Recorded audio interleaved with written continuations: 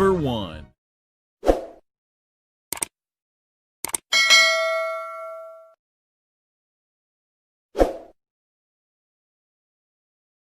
Number 2. بسم الله السلام عليكم ورحمة الله وبركاته. صحابتي دقالقة من قصة بيضة داخلية كجوكتها والسلام يا دمان سو ملوين يوم الإسلام كذا waxaan rabaa maanta inaan la qaybsado xabad yar oo keeg ah keeg yar oo nooc min al-jabaan la dhahaa marka halkan waxaan ku haystaa 6 xabo oo ukun ah sonkortan ma u wada baahni aad bay u tiro badan tahay laakiin qayb aan ka qaadanaya qof kasta caafimaad isaga qiyaasan karo marka hadda ukunta ayaan kala saarayaa qaybta jaalaha iyo qaybta cad labadan weel baan soo garab dhigtay meeshaas lagu kala miisaya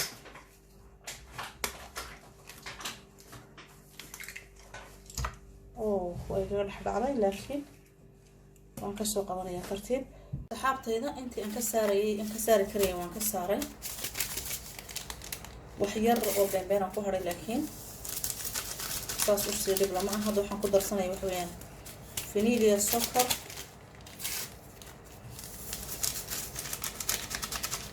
laba xabaan ku daray marka hadda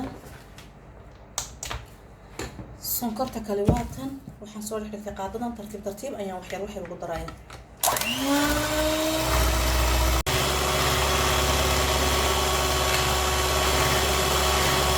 saxaabta qaaliga waa kan waan soo shiiday laakiin sidii aan rabay ima noqonin ukunta la'aan way kala fiican tahay waxaan rabay inay kareem adag oo jaamida ay noqoto laakiin ma suurto galin sababtoo ah ukunta ayaa kala fiican marka hadda waxaan sameynayaa qaybta jaalaha ah ayaan hadana rabaa inaan shiido waxaan ku darsanayaa hal xabo oo vanilla sokor ah ka bacdina sokorta tartiib ayaan ugu soo darsanayaa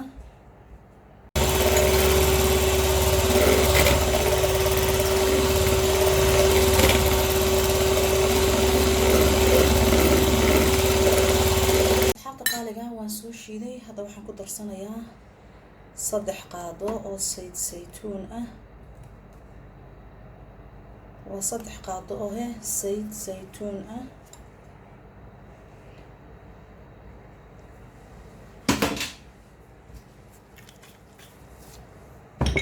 waxaan kale ku darsanayaa biyo yar qaaliga mashiinka garibtiisa isma maqlayno hadda waxaan tartiib ugu soo darsanayaa burkii khamiir bahashi iyo baking powder halkan aan ku darsaday afka hore aan ku kor shubtay marka hadda tartiib ayaan ugu soo qasayaa qaaliga waa kan waan ku soo qasay marka hadda alaabtan inaan qaadada ku qaaday ahayd laakiin ukunta wax ka khaldan yihiin ukunta kala fiican marka hadda tartiib sanaan ugu soo qasaya tartiib kolba in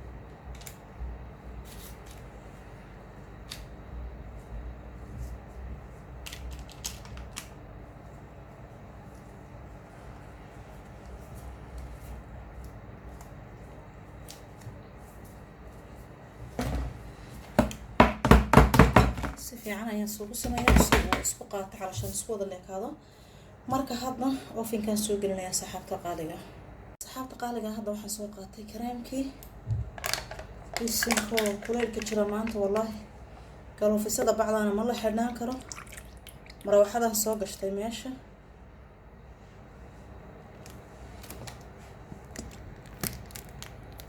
kamaradaydana maanta wax weyn baa ka khaldan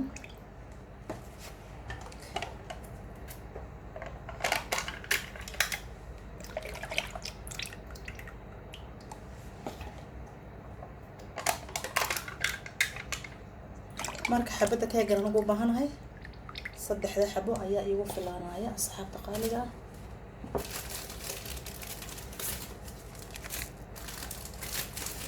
waxaan ku darsanayaa hadda vanilla sokor 2 xabo.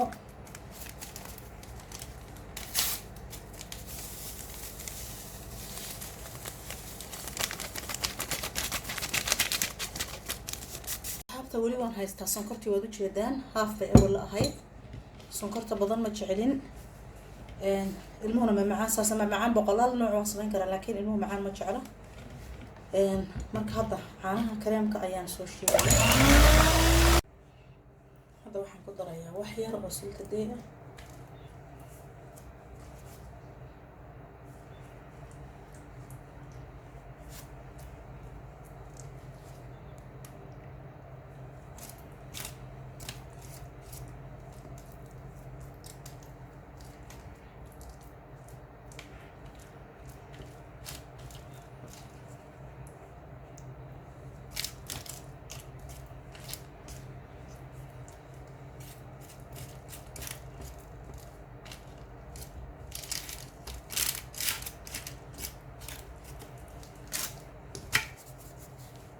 hadda waxaan ku darayaa marka kareemkii.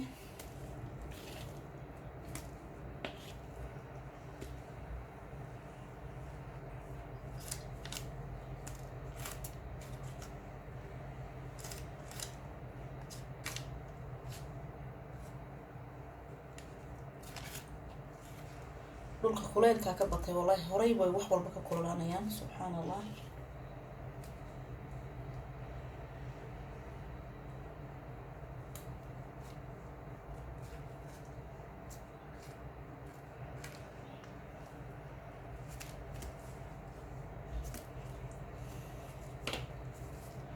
qaaliga ah keegii waa kan soo qaboojiye soo baxay. awalba qabow uu ahaa marka horeba kareemka marinaya, laakiin dhulkaas si xada oo u kulul.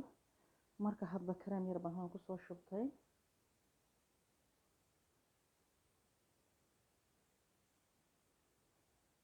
marka sidan ayaan u soo marinayaa. eerona inaad arkaysaan in kale.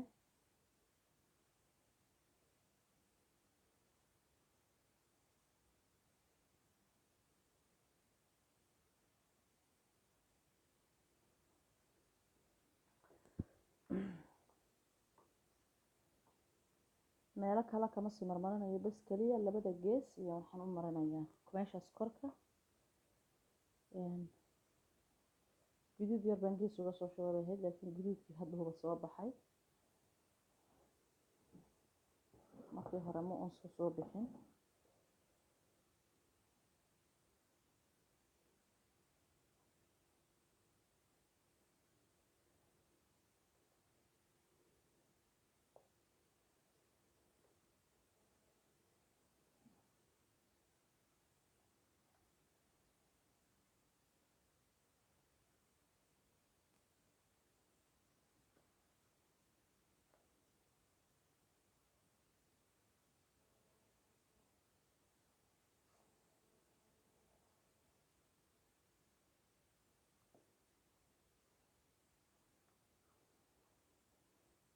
kaas kaliya mara yar aan soo qaadayaan ku sharaxaya. sida qaaliga waa kaas saasan ku soo dhameeyay. wax kale caashan korka qofkiina buu ka wada marin karaa, laakiin anigu saas ayaan u samaystay. marka ay muraha qudaarta guriga ku taala waxa la yahay xirfad baad ku sharaxan kartaa, qofku isaga xor ah. marka bal hadda aan gooyo.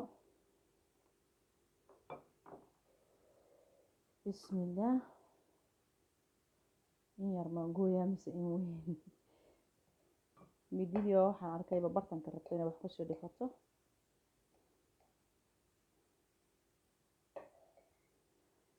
okay.